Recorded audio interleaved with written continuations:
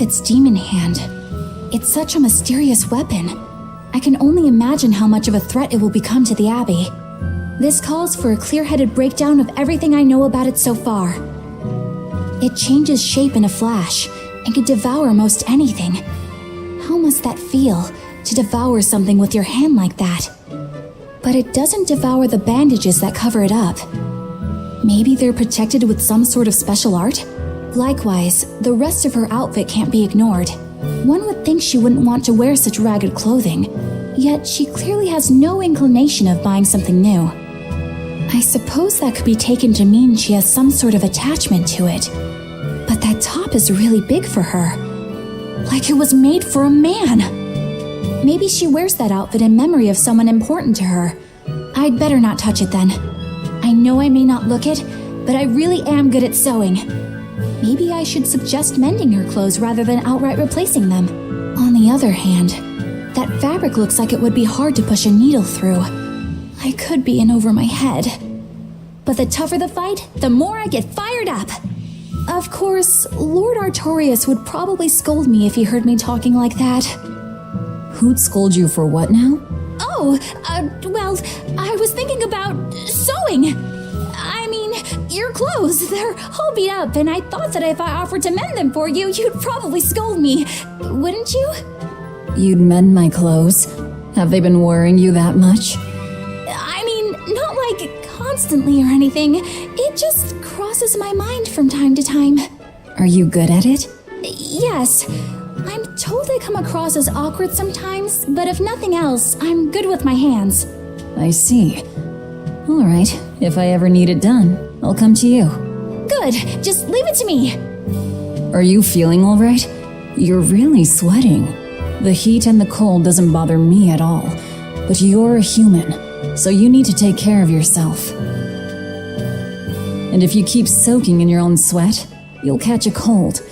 Besides, I don't imagine it feels that great. You should keep washing and bathing on your own schedule, like however you did before falling in with us. Just let me know and I'll make it work. Because the guys aren't considerate enough to stop and ask you if you need to.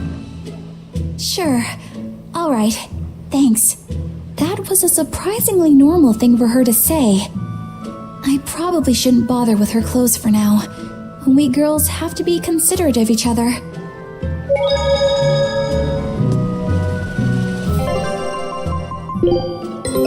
Take a look at this. Well, well. Now...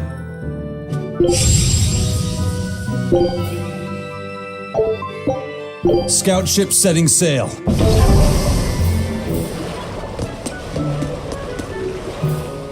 Eisen, I thought you were supposed to be in Midgand.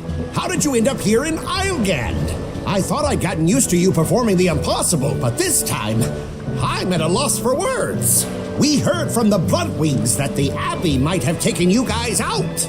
Not this time, but our luck won't last forever. Think of this as a dry run for when I really kick the bucket. Aye, aye, First Mate. More importantly, are you sure it's okay to bring an exorcist aboard? I've got my eye on her. If she does anything funny, I'll handle it. Got it! We'll be on our guard, too.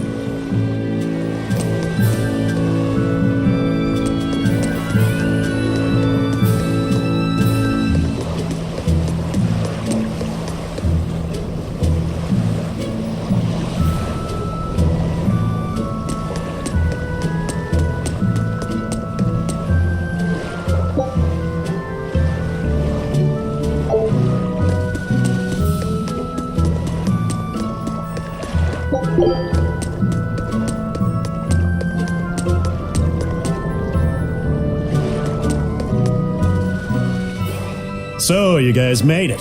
Whatever happened to that sword breaker? He's been dealt with. What are you doing here? After everything you said to me, I had a change of heart. I quit banditry. Thank you. I'm glad you listened to reason. What do you plan on doing from here on out? I'm heading to the capital. I plan on opening a restaurant for bandit cuisine. Bandit cuisine? Yeah, you get your hands on all sorts of food as a bandit. You gotta use what you have, and still make a tasty meal. Like a wild mushroom omelet minus the eggs. Or highwayman's stew. It's like a hunter's stew, but, you know, made by bandits. That sounds Somewhat improper, actually. But I'd still love to visit after you open. Really? All right. I'll be an upright citizen in no time. Maybe even the kind of man you'd consider spending some time with. I'm rooting for you. Hey, were you actually listening to him? Of course I was. It's wonderful he's turned over a new leaf.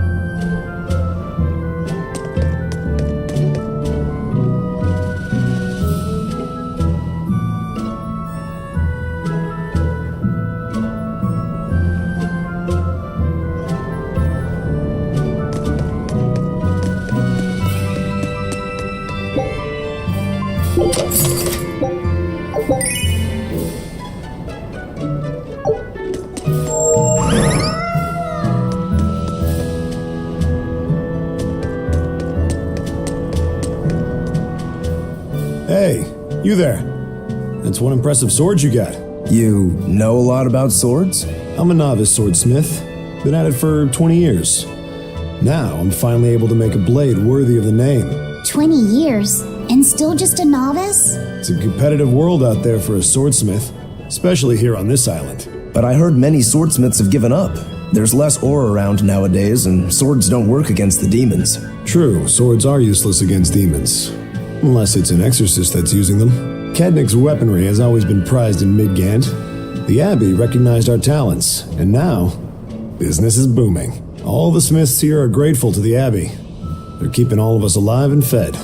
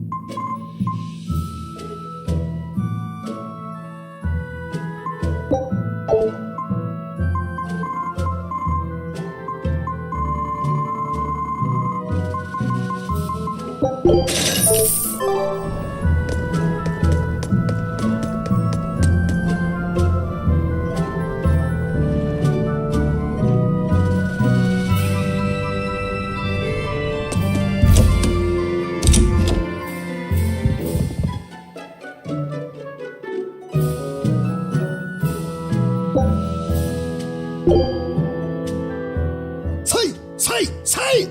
Ah! Sai!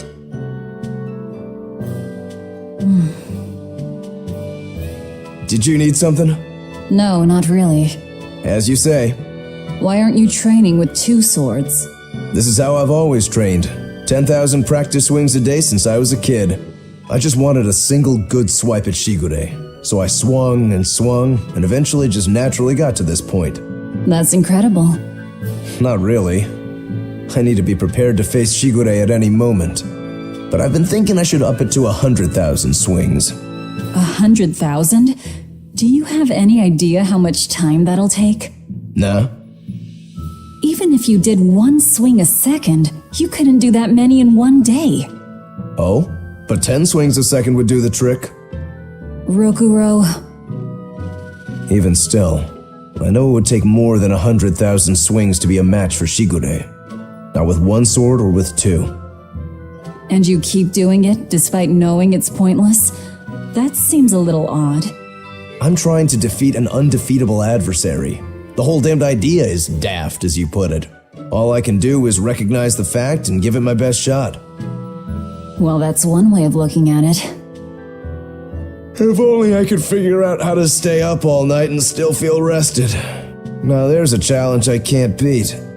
You need to go to bed. A lack of sleep will get you killed faster than a lack of practice. You're right. I'll do that.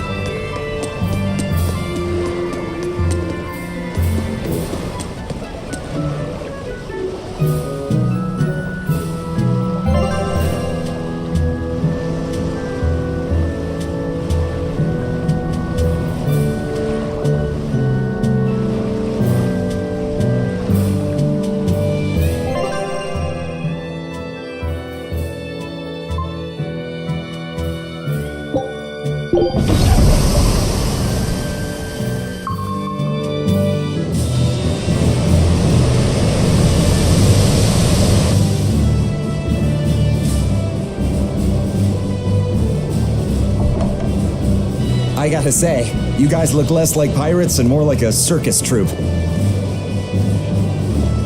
Are you alright with having demons on board, Benwick? Not remotely an issue. If you're aboard this ship of misfits, you're a pirate. That's just our creed. At least, that's what the captain and the first mate always say. Speaking of the captain, what's Eifried like? Let's see. How do I put it? He's like if the sea were a person, and that person had a pointy beard. A bearded sea? Look, everybody on this ship is an outcast from society in some way. Despite that, Captain Eifried accepted us for who we are, and took us all on board. So he's a kind man. Well, would you say that the sea is kind? How would it feel to dive in with an open wound? It would sting. A lot. Quite so. Some days he's calm and steady, and others he rages. He can be shallow, deep, even a whirlpool. Sounds like he's a little scary and hard to read. Yeah, sometimes it's hard to serve him, but that air of mystery keeps us around and makes us want to take those jumps. At the end of the day, the dread pirate Van Eifried is one hell of a guy. He sounds like Velvet in a lot of ways. Wait, what? How so? I didn't describe him right at all, did I? Benwick, we're changing course at once for Port Renede. Sir? What's going on? 3 of our men have collapsed from the Corsair Scourge. They first showed symptoms 3 days ago. How are you holding up? I'm still doing all right. But if this really started 3 days ago, that means we're all carrying it, doesn't it? That's what I'm afraid of. But if we head straight to Port Renede, we should be able to get medicine there. I'll check on everyone's condition. Make sure everyone stays hydrated, including yourself, understand? Sir, yes sir. All hands, assume emergency positions. The crew's holding up well for a bunch of folks at death's door. What do you mean? Is this Corsair Scourge fatal? Quite. No one knows what causes it, but it starts with a high fever and ends up with the body falling apart like sand. Like sand? Once, there was a great band of pirates who ruled the seas, but the disease spread through their ships and killed every one of them. That's why it's called the Corsair Scourge. Does that mean we've been infected as well? You humans, for sure. Only humans fall prey to the Corsair Scourge. Then it could have gotten to you too. Right, Moggy Lou? Oh, right. Alas, that my glorious saga should meet such an ignominious end! I can't allow our vessel to die from this. If you start to feel ill, speak up. I will. All right, we'll all be helping out in the search. Everyone but Eleanor, that is. Huh? Oh, why does she get to stay? I might be dying too, you know. You're a witch. Magic yourself healthy. Now quit whining and get going. Oh, not even a witch is safe from the ravages of the Reaper's curse. The Reaper's curse?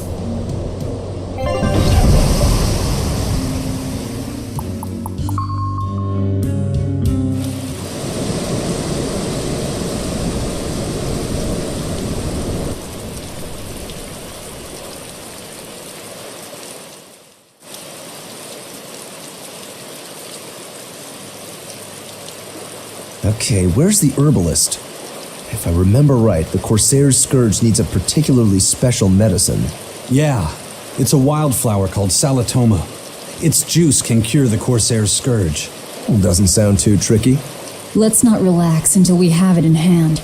Right. Now let's get going. Hold on a minute. Won't you just be spreading the disease if everyone wanders into town? Surprisingly, no. For whatever reason, you can only catch it over the ocean waves.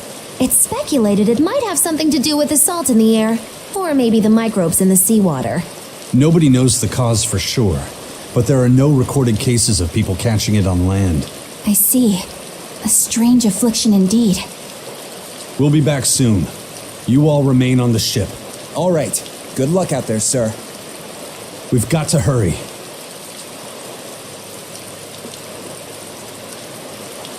Salatoma.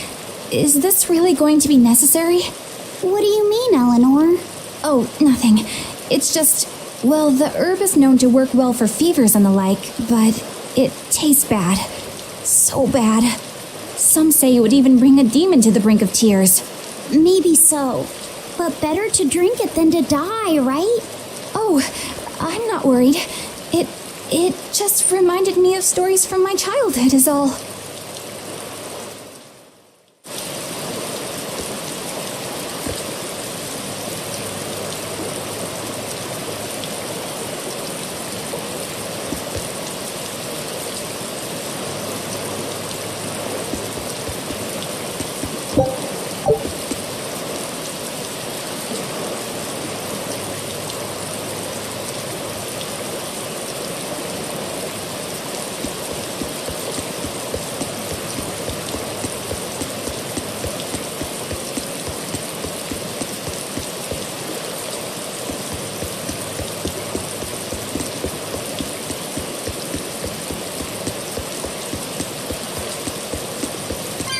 A bit ago, a manacled body got caught in my nets.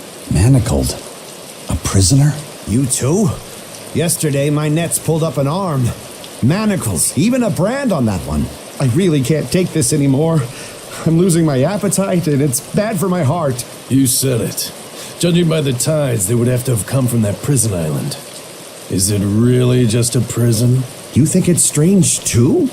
I've suspected something about that place for a while now. They say the whole island is a prison, but if you ask me, I bet it's just an execution ground. Or it's for experimenting on demons. Experimenting? What do you mean? Testing the demons' capabilities. That's why they need prisoners. Food for the monsters. Not a bad theory. Just kidding. There's no way the Abbey would do something that horrible, right? You sure think of some crazy ideas. I bet all of this is the work of some vicious pirate gang. Yeah, something like that. That guy, he's pretty sharp. Now that you mention it, I haven't seen any patrol ships around there recently. Used to be they'd chase you off if you got too close. You know, you're right. If there are pirates about, it'll mean trouble unless the Abbey tightens up their patrols. The best we can do is keep a wide berth of it for now. We wouldn't want pirates and demons sneaking up on us. I think we'd notice if pirates or demons were around. No way they'd catch us unawares. I can't tell if he's sharp or dull as a brick.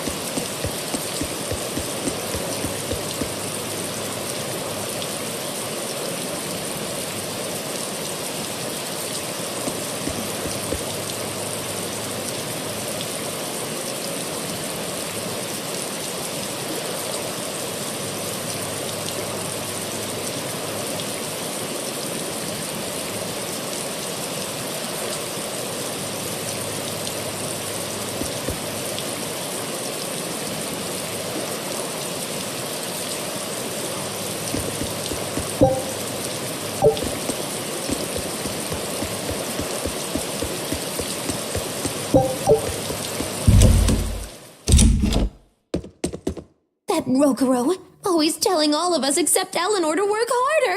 Doesn't he realize that I'm a delicate maiden too? This is workplace discrimination. I should put him on a witch trial and burn him at the stake. I don't think that's how witch trials work. What's wrong, Eleanor? You look like you've got something on your mind. I'm just trying to figure out what Rokuro was thinking. When I had Lord Shigure at the end of my spear, Rokuro threw his dagger right at my head. I thought I was dead for sure.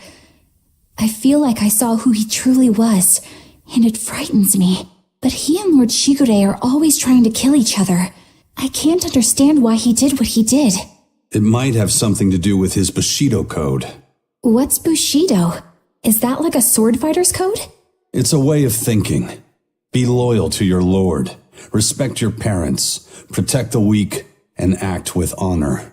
You're saying that he was following this Bushido code, and he was protecting me because I was weak? He might have turned into a demon, but his memories and personality are still intact.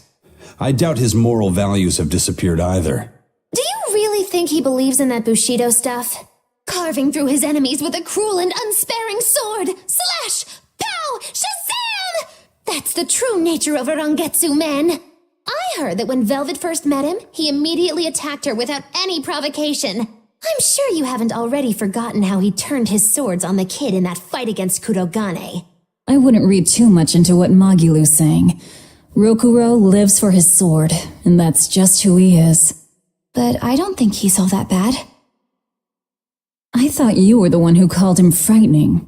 I know I said he can be a scary person, but how do I put it? I do feel there's more to him than just wanting to cut people up.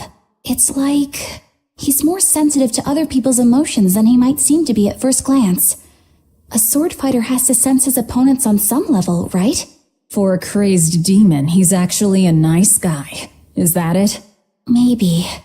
I don't know. It's not like I know him well enough to claim any deep personal insight or anything. You brought it up.